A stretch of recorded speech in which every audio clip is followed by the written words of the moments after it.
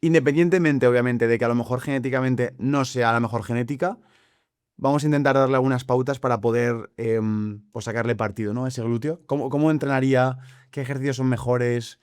¿Debería estar en un déficit calórico o al revés, debería hacer un superávit para aumentarlo? ¿Cómo sería el proceso? Vale, este tema da para largo. Y un apunte que quiero hacer antes de empezar es que, aunque estemos hablando del tema genético, aunque hayamos hablado bastante sobre el tema genético, que esto no le limite a nadie, ¿eh? Que al final yo creo que la gente no es consciente del enorme potencial de mejora que tiene, independientemente de su genética, porque hay mucha gente que se piensa ya de primeras que como la genética no acompaña, no merece la pena y eso al final es la pescadilla que se muerde la cola. Simplemente lo digo porque Total, buen mensaje. todos tenemos mucha mejor genética de la que nos parece, lo único que nos falta es saber aprovecharla.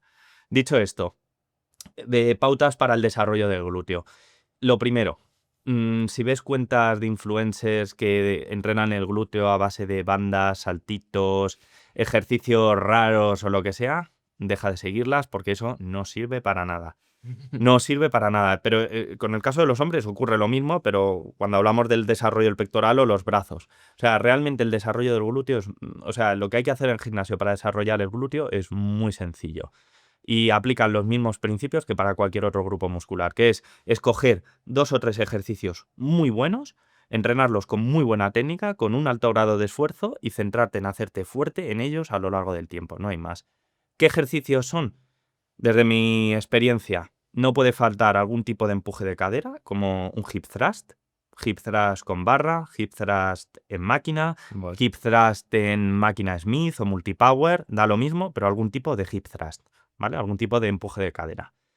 Algún tipo de sentadilla unilateral, que desde mi punto de vista es el rey o la reina para el desarrollo de glúteos. ¿Cómo es unilateral? Perfecto, una búlgara, por ejemplo, un Vale. split squat, una prensa a una pierna, Ah, vale. ¿vale? Cualquiera de estos ejercicios. ¿Por qué? Porque el nivel de tensión que le metes al glúteo cuando está estirado en esos ejercicios es tremendo. Es clave, ¿no? Lo de que sea unilateral. Es muy importante justamente para conseguir ese mayor estiramiento que con otras variantes no conseguirías. Unilateral a todo esto, matiz, es una pierna. Exacto, sí, cuando digo unilateral es cuando, por ejemplo, trabajas un brazo por separado, en la mitad del cuerpo, en este caso, bueno, pues sería con una pierna. Y es muy importante de cara al desarrollo de glúteos, para que el esfuerzo se centre más en el glúteo en relación al cuádriceps, que nos enfoquemos en que la tibia, cuando hacemos el ejercicio, no avance demasiado hacia adelante. O que la rodilla no avance demasiado hacia adelante respecto al pie. ¿Vale? Nosotros cuando queremos hacer una sentadilla búlgara enfatizando más el trabajo en el cuádriceps, sí que intentaríamos que el torso bajase mucho más vertical y que la rodilla avanzase hacia adelante tanto como sea posible.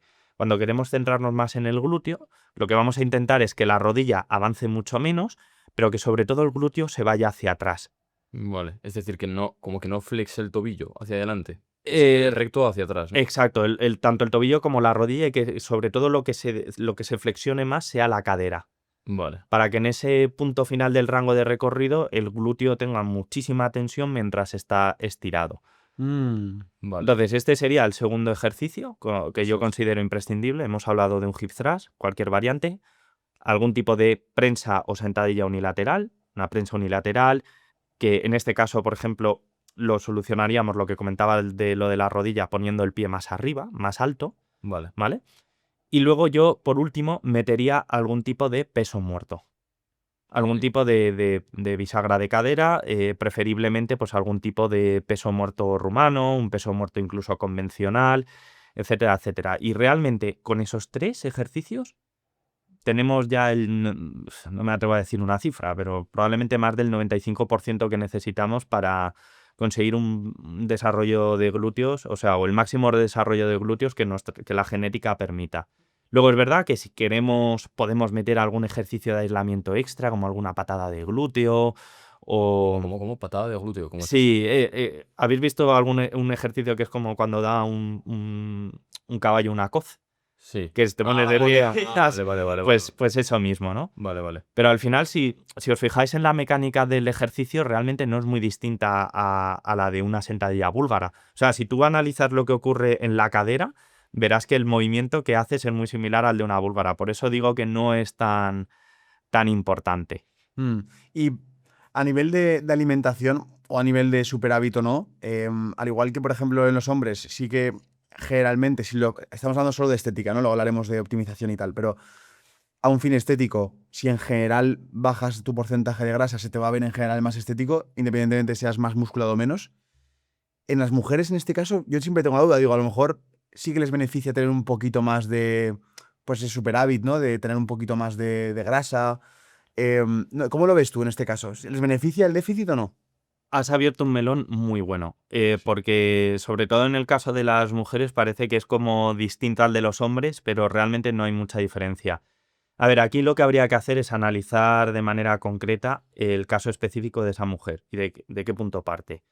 Porque si es una mujer que no tiene sobrepeso, pero tampoco es muy delgada, pero tampoco tiene mucha masa muscular, que suele ser un caso bastante frecuente, yo ahí creo que lo mejor es centrarse en mantener más o menos el mismo peso corporal y dejar que se produzca lo que se conoce como una recomposición corporal, que es perder grasa y ganar músculo al mismo tiempo, que en personas que tienen poca experiencia es algo más que factible. Vale. Entonces, una persona en esa situación en la que no es tampoco muy delgada, no tiene sobrepeso, pero quizás sí que siente que le sobran algunos kilos, pero al mismo tiempo no tiene mucha masa muscular, en ese caso, incluso estando en normocalórica, es decir, en un nivel de calorías igual a tu nivel de gasto, sería más que suficiente para que por lo menos durante unos meses pueda haber un muy buen progreso y pueda ver cómo pierde grasa, cómo se quita centímetros de cintura, al mismo tiempo que gana glúteos, sin que el peso corporal varíe mucho. Ahora, si hablamos de una persona que sí que parte de una situación de sobrepeso, ahí sí que un déficit calórico es más interesante. Vale. Y además, si es un sobrepeso considerable, el déficit ya no solamente por un tema estético, sino incluso también por un tema de salud, por mejorar su salud cuanto antes, ¿no? Lo de eliminar esa grasa va más allá de lo estético en este caso. Y en el caso de una persona que tiene un peso muy bajo en relación a su altura, es muy delgada y demás, pues yo ahí sí que me centraría en mantener un pequeño superávit. Un pequeñísimo superávit, lo justo como para que ese estímulo que vaya consiguiendo en los entrenamientos se pueda ir materializando en un aumento de la masa muscular.